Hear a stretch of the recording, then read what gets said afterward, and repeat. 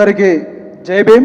ఈరోజు మాల student JAC ఆధ్వర్యంలో షమీం అఖ్తర్ కమిషన్పై అసలు షమీం అఖ్తర్ కమిషన్లో ఏం జరిగింది, ఈ కాంగ్రెస్ ప్రభుత్వం ఏం చేసింది అని ఈ ఉస్మాన్ యూనివర్సిటీ ఆర్ట్స్ కళాశాల వేదికగా కార్యక్రమాన్ని ఏర్పాటు చేసిన మాదాసు రావుల్కి, అలాగే పెద్దలు మందాల భాస్కరన్న గారికి, ఈ కార్యక్రమానికి హాజరైన మాల సంఘం నాయకులు గోపోజు రమేష్ అన్న గారికి, అట్లాగే అన్న బాలకృష్ణ అన్న గారికి, అలాగే నారాయణ సార్ గారికి, అలాగే ప్రొఫెసర్ మాయాదేవి మేడం గారికి, మేడం రత్నాదేవి మేడం గారికి, మేడం నిర్మలాదేవి మేడం గారికి, అన్న వెంకటేశ్వర్లు గారికి, అందరికీ ప్రత్యేకమైన జైభీం తెలియజేస్తూ, పిలవగానే ఇంతమంది వచ్చిన విద్యార్థి మిత్రులందరికీ, నా సోదరులందరికీ ప్రత్యేకమైన జైభీం తెలియజేస్తున్నా. నేను విద్యార్థుల్లో జరుగుతున్న అన్యాయంపై ఒక 2 నిమిషాలు మాట్లాడి ముగిస్తా. ఇప్పుడు ఈ యొక్క వర్గీకరణ వల్ల రాజకీయ నాయకులు వాళ్ళ పదవుల కోసం సభలు సమావేశాలు నిర్వహిస్తారు, వాళ్ళ పదవుల కోసం ఏం మాట్లాడరు. గత కొన్నేళ్లుగా ఈ యొక్క మాల సంఘాల పేరుతోటి రాజకీయం చేసి తెలంగాణలో ఈ మాలల ఉద్యమం ఇంత ఉవ్వెత్తున సాగుతున్న క్రమంలో గన వాళ్ళు నిమ్మకు నీరెత్తినట్టుగా వ్యవహరించి స్లీప్ మోడ్లో ఉండి ఒక మాట గన మాట్లాడలేదు. ఈ యొక్క ఉద్యమాన్ని ఎట్లా అణచాలని గన ఎక్కడోళ్ళు అక్కడ వాళ్ళు నిద్రాస్థితిలో ఉండి వారు కొంతవరకు విజయం సాధించి సోదర సామాజిక వర్గానికి వాళ్ళు వెనక ఉండి నడిపించారనేది యావత్ సమాజంగానే ఈరోజు అనకనే అంటుంది. అలాగే ఈరోజు సింహగర్జన తర్వాత ఎవరుగన నాయకులు ముందుకు రావడం లేదు. మీరందరూ మంచిగానే ఎవరు, మా విద్యార్థులు నష్టపోతుర్రు, మీ కుటుంబాలన్నీ లబ్ధి పొందినాయి, మా విద్యార్థులు నష్టపోతుర్రు. ఎందుకంటే మా విద్యార్థులకు ఉద్యోగాల అవకాశాలు లేవు. ఈ రేపు ఉస్మాన్ యూనివర్సిటీలో కానీ తెలంగాణ రాష్ట్రంలో ఏ యూనివర్సిటీలో కానీ అసలు ప్రవేశ పరీక్ష ఫలితాల్లో కానీ అర్హత పొందే అవకాశం లేదు. ఎందుకంటే ఇప్పుడు రోస్టర్ విధానంలో కూడా ఏబీసీ 3 కేటగిరీలా చేసిరు. ఏలోని 15 కులాలు, బిలోని 26 కులాలు, బిలోని 18 కులాలు, సిలా 26 కులాలుగా చేసిరు. మొత్తం షమీం అఖ్తర్ కమిషన్ ఫిబ్రవరి 4, 2025 అసెంబ్లీ సాక్షిగా ప్రకటించిన జనాభా 52,17,580. అలాగే 2011 జనాభా లెక్కలనేమో ఆ రోజు ఉమ్మడి ఆంధ్రప్రదేశ్లో నారా చంద్రబాబు గారు ప్రభుత్వం 54,32,680గా ప్రకటించారు. అంటే 2011 నుంచి 2025 వరకు ఈ మాదిగా ఉపకులాల జనాభా 2 లక్షల పైచులకు తగ్గింది. అంటే కేంద్ర రాష్ట్ర ప్రభుత్వాలు నాటకాలు ఆడుతారు. మాదిగల జనాభా తక్కువ చూపించి వీళ్ళు అసలు ఏమనరు అంటే జనాభా ఉంటామంటే పెరుగుతూ పోతుంటుంది కానీ తగ్గుతూ చూపిస్తున్నారు. ఈ కేంద్ర రాష్ట్ర ప్రభుత్వాలు ఆడే నాటలో మాదిగలు తీవ్రంగా నష్టపోతున్నారు. ప్రధానంగా విద్యార్థులకు అన్యాయం జరుగుతుంది. కాబట్టి యావత్తు ఈ తెలంగాణ రాష్ట్రంలో ఉన్న మాల ఎమ్మెల్యేలు కానీ రాష్ట్ర ఉప ముఖ్యమంత్రి బట్టి విక్రమార్క గారు మీరు ఇంతవరకున ఈ వర్గీకరణపై మీ నోరు మెదపలేదు.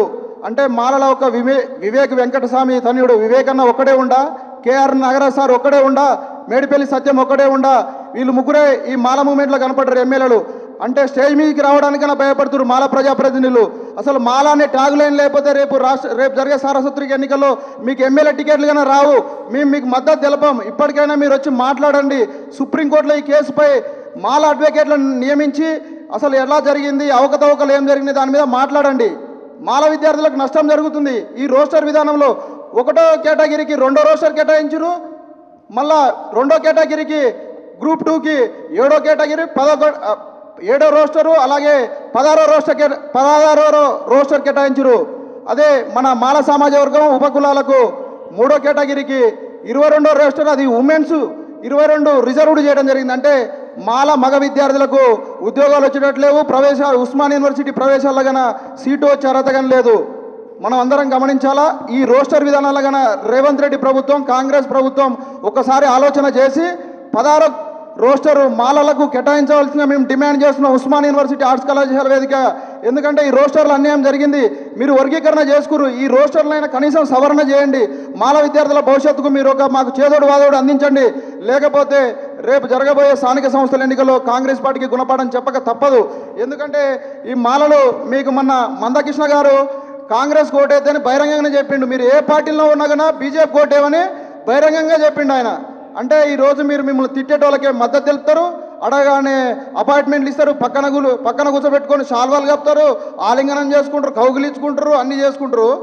మాలలో ఎన్ని అపాయింట్మెంట్లు అడిగినా ఇవ్వరు. ఒక ఇద్దరు ముగ్గురికి ఇస్తారు కుల సంఘాల నాయకులకు.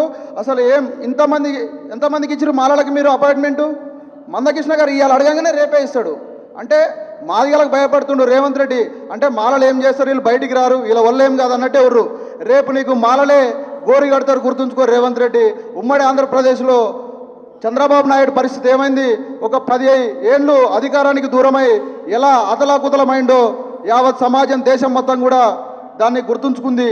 కాబట్టి రేవంత్ రెడ్డి ఈ యొక్క వర్గీకరణలో జరిగిన లోటుపాట్లు ఈ షమీమ్ అఖ్తర్ కమిషన్ ఇంతవరకు కన్నా బయటికి విడుదల చేయలేదండి. ఇదేమన్నా లవ్ లెటరా, ఒక ప్రేయస్కి రాసినట్టుందా? అసెంబ్లీ సమావేశం వేదికగా ప్రకటించారు ఇది. మరి కనీసం అక్కడ ఉన్న ప్రజాప్రతినిధులకన్నా ఇవ్వాలండి, ఎందుకు ఇవ్వలేదు? తెలంగాణలో ఉన్న సభ్య సమాజానికి బయట పెట్టండి, అసలు ఎంత జనాభా ఉంది, ఎన్ని వర్గాలు ఉన్నాయి, ఏందనేది తెలవాలి కదా. ఇంతవరకు షమీమ్ అఖ్తర్ కమిషన్ బయటికి రాలేదు. ఇప్పటికైనా షమీమ్ అఖ్తర్ కమిషన్ రిపోర్ట్ను తేట తెల్లం చేయాలా. ఎందుకంటే అసలు ఏంది, అసలు ఏ కులగణన జరిగింది? ఉషా మొహరా కమిషన్ ప్రకారం 2007లో మాదిగలు 10 ఏళ్ళుగానే అభివృద్ధి చెందిరు, 10 ఏళ్లలో అభివృద్ధి చెందిరని చూపించారు. ప్రతి పథకంలో తెలంగాణ బీఆర్ఎస్ ప్రభుత్వంలో, ఉమ్మడి టీఆర్ఎస్ ప్రభుత్వంలో మాదిగలు దళిత బంధు కానీ, ఈ గురుకులాలలో కానీ, ఎక్కడ చూసిన కాంట్రాక్టులలో కానీ, ప్రతి పథకంలో కానీ మాదిగలు బెనిఫిట్స్ పొందిరని అక్కడ రిపోర్ట్స్ కూడా తేట తెల్లమైపోయినాయి. మాలలు వెనుకడుగులో ఊరని చెప్పడం జరిగింది. అలాగే రేపు కాంగ్రెస్ ప్రభుత్వంలో కన్నా మంత్రి పదవులు ఇస్తారనేసరికి మందకృష్ణ ఆగమేఘాల మీద ప్రెస్ మీట్లు పెట్టి మాలలకి ఇవ్వద్దు అంటుండు. అంతా నువ్వు చెప్పినట్టే ఏంటి రానాయిగా? అంటే నువ్వే నడిపిస్తున్నావు అయ్యా కాంగ్రెస్ ప్రభుత్వాన్ని, నువ్వే డిక్టేట్ చేస్తావా? అంటే ఇంతమందికి ఎమ్మెల్సీలకు ఇచ్చిరంటారు.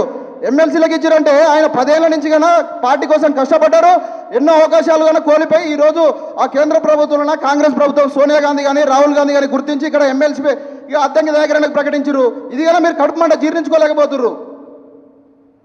రేపు ప్రకటించాలి కన్నా ఈ రాష్ట్ర ప్రభుత్వం ముమ్మాటికి ఎలాంటి అవాంతరాలు కన్నా చేసినా మాలలకు మంత్రి పదవి ఇవ్వాలా.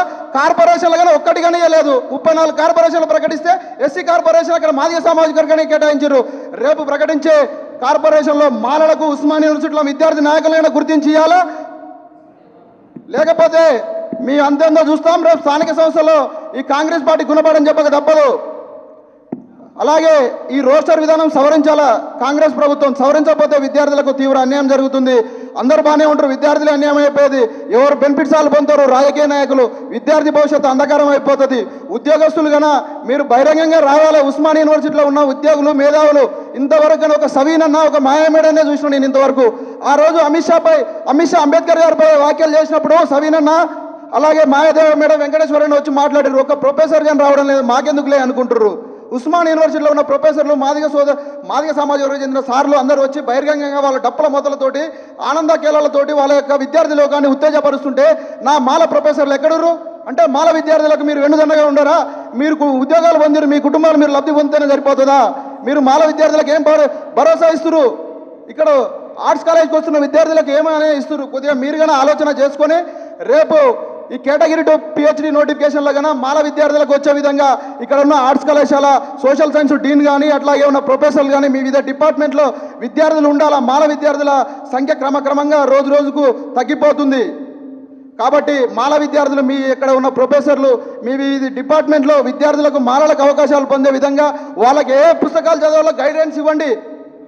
ఎలా అర్హత పొందాలో చెప్పండి. ఎందుకంటే మాలలు లేనిది రేపు ఉస్మానియా యూనివర్సిటీలో ఒక విద్యార్థి నాయకుడు మాట్లాడాలంటే అంధకారం అయిపోతుంది. అలాగే వివిధ డిపార్ట్మెంట్లో జీరోలు చూపిస్తున్నారు. ఉస్మానియా యూనివర్సిటీ వీసీ ఇన్నిసార్లు పోయి అడిగినా కానీ నిమ్మకు నీరెత్తినట్టు వ్యవహరిస్తుండు. అక్కడ సీట్లు పెంచమంటే ఉస్మానియా యూనివర్సిటీ వీసీ పెంచకుండా దివ్యాంగులపై కేసు, ఉద్యమాలు చేసే వాళ్ళపై ఉక్కుపాదం, రూముల నుంచి వచ్చి పొద్దుగాల అరెస్టులు చేస్తున్నారు. ఉస్మానియా యూనివర్సిటీని ఈ యొక్క రౌండ్ టేబుల్ సమావేశం వేదికగా Osmania university VC Kumar sir గారిని మేము వేడుకునేది ఏంటంటే ఈ యొక్క సీట్లు పెంచాలా. కేటగిరీ టు నోటిఫికేషన్లో కన్నా రిటైర్డ్ ప్రొఫెసర్లకు అవకాశాలు కల్పించి అవకాశం ఉన్న చోట విద్యార్థులకు పిహెచ్డి సీట్లు పెంచాలా. అలాగే ఉస్మానియా యూనివర్సిటీలో మొన్న 13వ తారీఖు సర్క్యులర్ జారీ చేయడం జరిగింది. విద్యార్థులు నిరసనలు చేస్తే, నినాదాలు చేస్తే నిర్బంధాలు, అరెస్టులని ప్రకటించడం జరిగింది. గత 10 రోజులుగా విద్యార్థులు, అన్ని విద్యార్థి సంఘాలు, మాల విద్యార్థులు చేస్తున్నా కానీ ఒక్క వీసీ గన స్పందించకుండా నిమ్మకు నీరెత్తినట్టుగా మాట్లాడడం లేదు. ఇది వెంటనే ఈ అప్రస్వామిక సర్క్యులర్ను వెంటనే రద్దు చేయాలి. ఉస్మానియా యూనివర్సిటీలోని విద్యా వాతావరణాన్ని అన్ని మెరుగుపొందాల. ఉస్మానియా యూనివర్సిటీ ఎన్నో సమస్యలు ఉన్నాయి, మెస్సు బాలేదని, విద్యార్థులు నీళ్ళు రావట్లేవని అర్ధరాత్రి వచ్చి మాట్లాడుతున్నారు ఆడపిల్లలు. వాళ్ళకి ఏం సమాధానం చెప్తారు మీరు? మెస్సులలో అన్నంలో బ్లేర్లు వస్తున్నాయి, తినే అన్నంలల్లో ఏం చేస్తున్నారు యూనివర్సిటీ పాలకవర్గం? ఈ సమస్యల మీద దృష్టి పెట్టండి. అనవసరమైన సర్క్యులర్లు తీసుకొచ్చి విద్యార్థులను భయాందోళనకు గురి చేస్తూ రాష్ట్రంలో ఏం సమస్యలు, యూనివర్సిటీలో ఏం సమస్యలు అని ఒక సమస్యలని పక్కదారి పట్టిస్తున్నారు. అడిగేటోళ్ళు లేడని ఇష్టం వచ్చినట్టు చేస్తున్నారు. అక్కడ రేవంత్ రెడ్డి గారు ఏమో అన్నీ చెప్తున్నారు. కాబట్టి ఈ యొక్క మాల విద్యార్థులందరూ మనం గమనించాలా. మీరు పిలవగానే రండి విద్యార్థులారా, ఎందుకంటే మనకు అన్యాయం జరుగుతుంది. మీరు ఏ లైబ్రరీలలో కూర్చొని చదువుకున్నా మీకు ఉద్యోగాలు వచ్చే పరిస్థితి లేదు. మేము కన్నా చదువుకొని ఉన్నాం, చదువుతూనే ఉన్నాం. మీరు కానీ ఒక గంట సమయం ఈ ఉద్యమానికి చేదోడు వాదోడుగా అందించండి.